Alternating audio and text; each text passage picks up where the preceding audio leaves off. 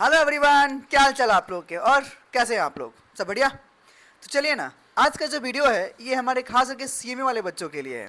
मेरे पास बहुत सारे बच्चों का नॉर्मली मैसेज आ रहा था कि भैया थोड़ा सीएमए इंटर लॉ के लिए कुछ चीज़ें बता दो कि ताकि हम लोग उसमें अपना एग्जाम्शन टारगेट कर लें। तो देखो भाई साहब, मैंने आप लोग एकदम फुल फ्लेश बहुत बढ़िया से प्लान करके चीज़ें बनाई है।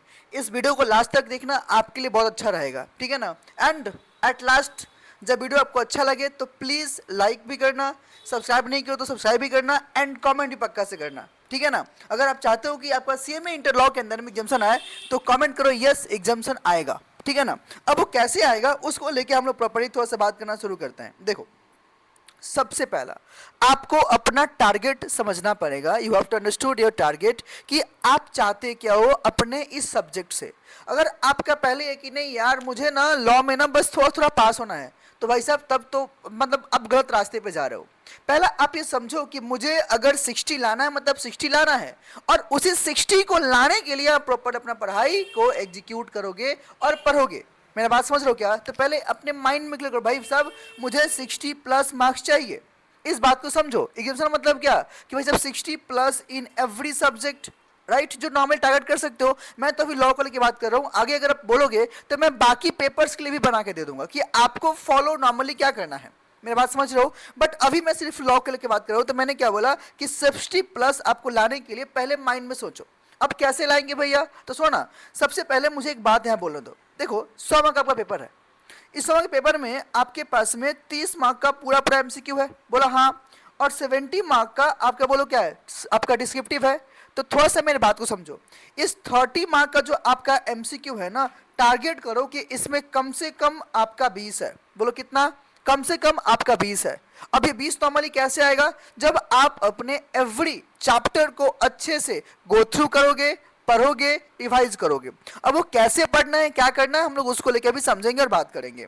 दूसरा, सोचो अगर आप 60 में से अगर 20 ऑटोमेटिकली आपको मिल गया, किससे? एमसीक्यू से, तो बाकी 40 आपको 70 से मिलना पॉसिबल है? बोलो हाँ, क्योंकि आप लोग के एग्जाम में मैक्सिमम जितने भी क्वेश्चंस आते हैं वो क्या होते हैं, डायरेक्ट क्वेश्चन टाइप के। तो अगर आप उस पर चाहो तो आराम से लेके आ सकते हो। अब उसके लिए क्या करना है? तो सुनो भाई साहब, आप पहले वही टॉपिक को पढ़ो जो आपको मार्क्स देगा।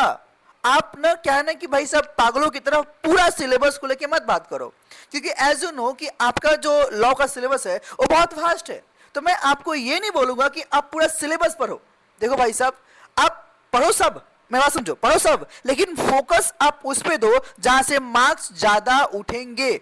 आप मेरा बात समझो, राइट। मैं पूरा चीज को बार बार नहीं कर सकता। मुझे ये बात समझना पड़ेगा कि मेरा मेन फोकस कहां पे देना है, राइट। तो जो टॉपिक, जो मेरा चैप्टर सबसे ज्यादा मार्क्स देगा या जो मेरे लिए अच्छा रहेगा, मैं उसको नॉर्मली पढ़ूंगा, मैं उस पर ज्यादा ध्यान नॉर्मली दूंगा, हाँ कि ना। तो ये मेरा नॉर्मल लॉजिक रहने वाला है, राइट। मतलब क्या, स्मार्ट कवरेज आपको करना पड़ेगा। मतलब कैसे भैया? तो सुनो भाई, फोकस उस पर करो जो फ्रीक्वेंटली आज चैप्टर है, मतलब ऐसे कौन से चैप्टर हैं जिसे फ्रीक्वेंटली क्वेश्चन नॉर्मली आ रहे हैं, आप उस पे एकदम फोकस करो अच्छे से, राइट। उसके बाद में जो आपके इजी स्कोरिंग चैप्टर्स है ना, थोड़ा उसको भी देखो। जैसे अगर मैं आपको बताऊं, इंडियन कॉन्ट्रैक्ट एक्ट थोड़ा सा लंबा चैप्टर है, लेकिन यहां से आप अच्छा स्कोर नॉर्मली कर सकते हो। दूसरा, आप लोग एक कंपनीज लॉ मतलब कंपनीज एक्ट में जो चैप्टर है डायरेक्टर्स, वहां से आपके पास में 15 मार्क का 16 मार्क का क्वेश्चन नॉर्मली रहता है, तो वो भी आपके लिए आसान है, अच्छे से आप नॉर्मली कर सकते हो। तो आपको समझना पड़ेगा ना कि आपको कौन सा टॉपिक से कितने मार्क्स नॉर्मली लेके आना है, एंड उसी पे आपको फोकस भी करना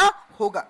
आगे अगर तुम देखो तो भाई स्ट्रेटजी जो इसके लिए मैं नॉर्मली सोचता हूं वो ये है। देखो भाई 70% सिलेबस जिस पे आपका स्ट्रॉन्ग कमांड होगा। कितना? 70% सिलेबस पे आपका स्ट्रॉन्ग कमांड होगा कि भाई साहब यहां से कहीं से भी तुम हमसे पूछ लो, मैं पूरा पूरा आपको जवाब देने के लिए तैयार हूं।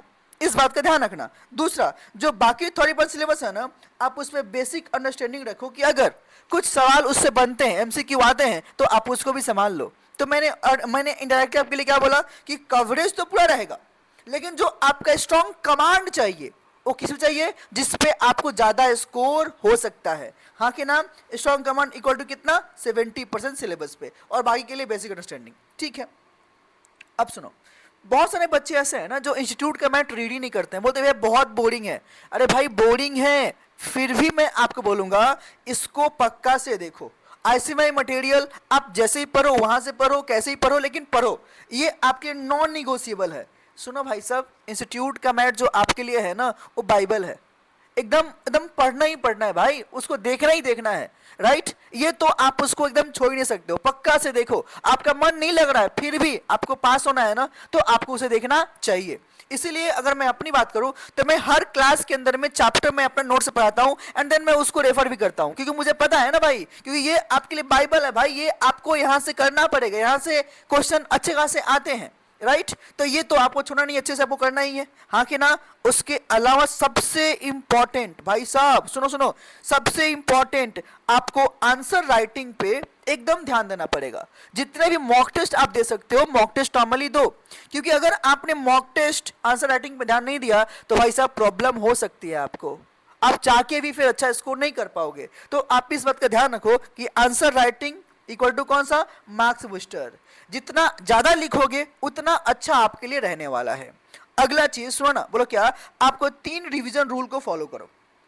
जी हाँ, 3 रिवीजन रूल को आप नॉर्मली फॉलो करो। पहला सिर्फ और सिर्फ अंडरस्टैंडिंग के लिए, मतलब क्या, आपने क्लास किया, उसके बाद में पहला रिवीजन साथ साथ होना चाहिए था, किसके लिए, फॉर द बेटर अंडरस्टैंडिंग, कि जो आपने क्लास में नॉर्मली पढ़ा, क्या वो आपके सारी चीज क्लियर है कि नहीं है, आप उसको पहले समझो। Second revision will be done for the कौन सा, स्पीड एंड क्लैरिटी के लिए, मतलब पहले आप चीजों को समझ गए, बट हो सकता है कि आपको किसी टॉपिक पे प्रॉपर क्लैरिटी नहीं है, तो उस क्लैरिटी को लाने के लिए आप रिवाइज करो, और साथ में क्या, आपका नॉर्मली स्पीड बढ़ेगा। इट मे बी पॉसिबल कि जब आप पहली बार रिवाइज करने गए थे तो आपको 1 घंटा लगा था, लेकिन सेकेंड रिवीजन में आपको टाइम मात्र 40 मिनट्स या हाफ एन आवर में आपने कर लिया होगा। तो इसमें दोनों का बेनिफिट है, आपका स्पीड भी बढ़ेगा, साथ में क्लैरिटी भी टॉपिक पे आपको नॉर्मली मिलेगा। And third revision will be कौन सा, आपको रिकॉल करने के लिए, ताकि एग्जाम से पहले आप चीजों को रिकॉल कर सको। तो ये आपका प्रॉपरली कहानी यहाँ पे होनी चाहिए। उसके अलावा पॉइंट नंबर 6, बोलो क्या है, जो भाई पीवाईक्यू है ना, एकदम करो।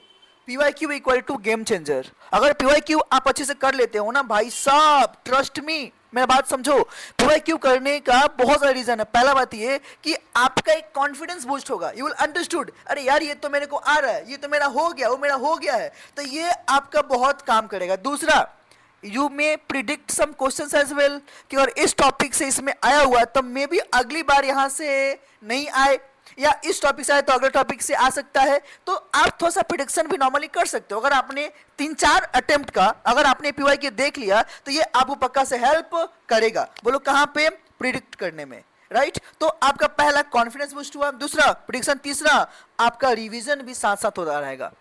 सोचो ना, अगर जितना ज्यादा मैं क्वेश्चन पेपर सॉल्व करूंगा, वैरायटी ऑफ क्वेश्चंस आएंगे, तो टॉपिक भी तो वहीं से आएगा, तो क्या आपका रिवाइज नहीं हुआ, बोला हाँ जी, तो ये आपको बहुत ज्यादा हेल्प करता है।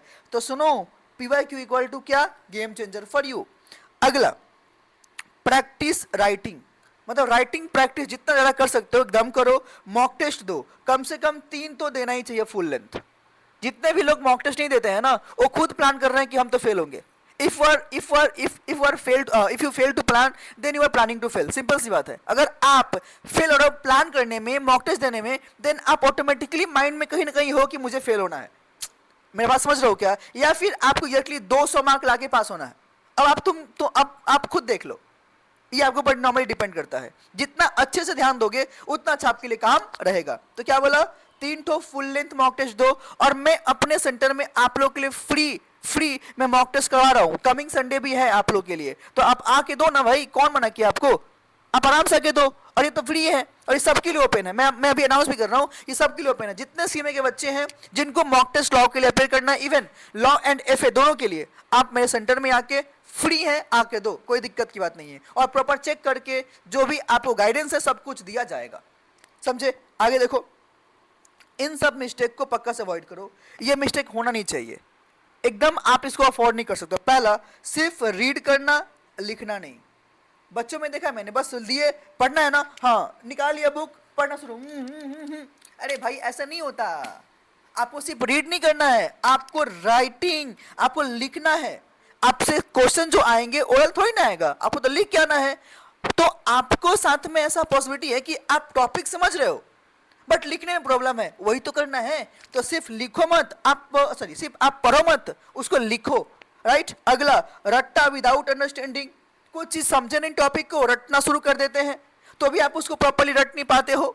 मेरी बात समझ रहे हो? तो आप पहले समझो, पहला रिवीजन ही उसी के लिए है, राइट? उसके बाद आप उसको रटो, कोई दिक्कत नहीं है। कि देखो कुछ टॉपिक तो आपको लर्न करने ही पड़ेंगे, इसका कुछ वे आउट नहीं है, बट पहले समझ तो लो, समझने के बाद रटना आसान हो जाता है, तो इट विल हेल्प यू। समझ लो। अगला क्या, लास्ट वीक प्रिपरेशन करेंगे आराम से। अरे यार एग्जाम जून में है ना, अभी तो अप्रैल है और आज तो 28 तारीख है, ऐसा थोड़ी ना भाई, मेरा बात समझ रहे हो क्या?